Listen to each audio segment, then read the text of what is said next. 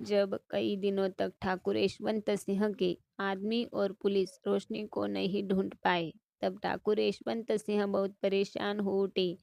वह सोचने लगे कि वह इस तरह हाथ पर हाथ रखे नहीं बैठ सकते, उसे खुद रोशनी को ढूंढना होगा। यह सोचकर वह उठ खड़े हुए और अपने कमरे से बाहर आ गए। उस दिन ठाकुर यशवंत सिंह और ठाकुर अभय सिंह हवेली में नहीं थे। घर के नौकरों ने उसे रोकना चाहा, लेकिन ठाकुर प्रताप सिंह के गुस्से के आगे वे लोग भी डर गए। ठाकुर प्रताप सिंह को उसकी मासा ने रोकने की काफी कोशिश की। तब ठाकुर यशवंत सिंह बोले, ना मासा, इस तरह ना बैठ सकूं। म्हारे को रोशनी को ढूंढना होगा, पता नहीं वह किस हाल में होगी। यह कहकर वह हवेली से बाहर आ गई। सबकी नजर सुनकर सबकी आवाज सुनकर कामयानी भी हवेली से बाहर आ गई, लेकिन उसकी इतनी हिम्मत नहीं थी कि वह ठाकुर सिंह को रोक सके। ठाकुर प्रताप सिंह बिना कोई देरी किए अपने घोड़े पर बैठ रोशनी को ढूंढने के लिए निकल गए। जब ठाकुर यशवंत सिंह घर आए, उसे सब पता चला तो वह उसने सभी लोगों को बहुत डांटा कि उन्हें यह हाल में ठाकुर प्रताप सिंह को घर से क्यों निकालने दिया। ठाकुर यशवंत सिंह ने अपने आदमी ठाकुर प्रताप सिंह को ढूंढने के लिए लगा दिए। यह सब देखकर कामयानी बहुत गुस्सा हो गई। वह सोचने लगी कि यह रोशनी की वजह से ही सब कुछ हो रहा है। वह गुस्से में तहखाने में आई और रोशनी को यातनाएं देने लगी। रोशनी चिखने, रोने और तड़पने के सिवाय कुछ नहीं कर सकती थी। वह बार बार अपनी देवी माँ और ठाकुर प्रताप सिंह को याद कर रही थी। तब कामयानी ने गुस्से से रोशनी की तरफ देखा और कुछ सोचा। फिर कामयानी ने आंखें बंद कर किसी का स्मरण किया। कुछ ही देर में एक बड़ी सी डरावनी चुड़ैल वहां पर आ गई, जिसे देखकर रोशनी की चीख निकल गई। उस चुड़ैल ने जैसे ही रोशनी की तरफ देखा तो उसके चेहरे पर मुस्कान आ गई और वह कामयानी की तरफ देखते हुए बोली, कामयानी, थारे ने इस छोरी को खाने के वास्ते म्हारे को यहाँ बुलाया है के? बड़ा ही चौका भोजन है यह तो। यह सुनकर कामयानी बोले, अरे ना छलिया, थारे को तो खाने की पड़ी है। थारे से म्हारे को ना जरूरी काम है। अगर तूने वह काम ठीक से कर दिया तो इस रोशनी की शैतान के आगे बलि देकर थारे को खाने के लिए ही दे दूंगी। यह सुनकर उस छलिया का नाम नाम की चुड़ैल के चेहरे पर मुस्कान आ गई। तब कामयानी बोली, तो तू करेगी ना वह काम?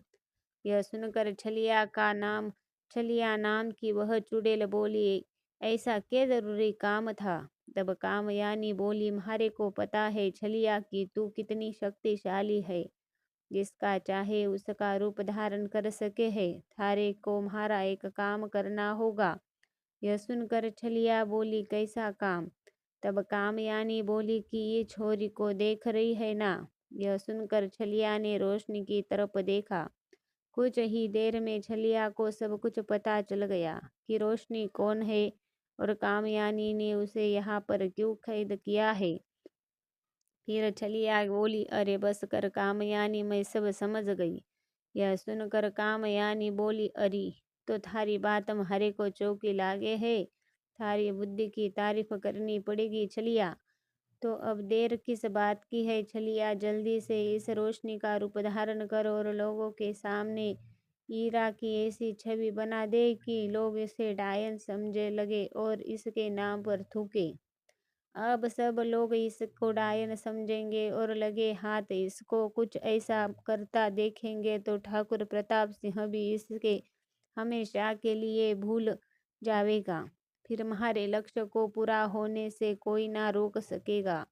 यह सुनकर रोशनी बोली, ना कामयानी, तो ऐसा ना कर सके है। अरे भगवान थारे को देख रहा है।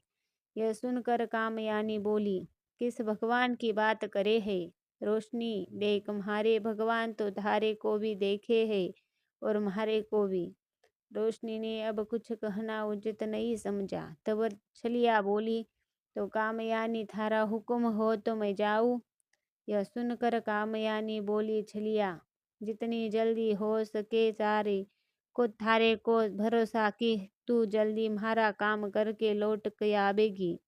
तब रोशनी गुस्से में चिकते हुए बोली, कामयानी, तू चाहे कितनी भी कोशिश कर ले, लोगों की नज़रों में म्हारे को बदनाम कर ले, लेकिन म्हारे को कुंवर सा पर भरोसा है।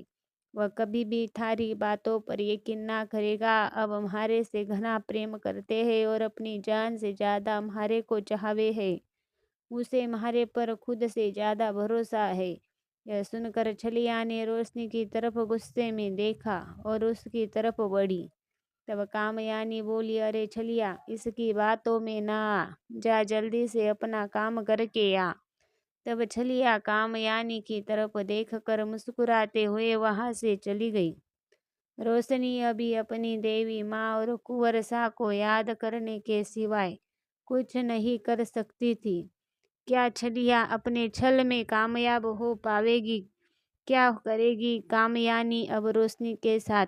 जानने के लिए बने रहिए मेरे साथ और प्लीज़ कमेंट करके बताइए आपको ये कहानी कैसी लगती है, ताकि मैं आपको आगे की कहानी अच्छे तरीके से सुना पाऊँ। धन्यवाद।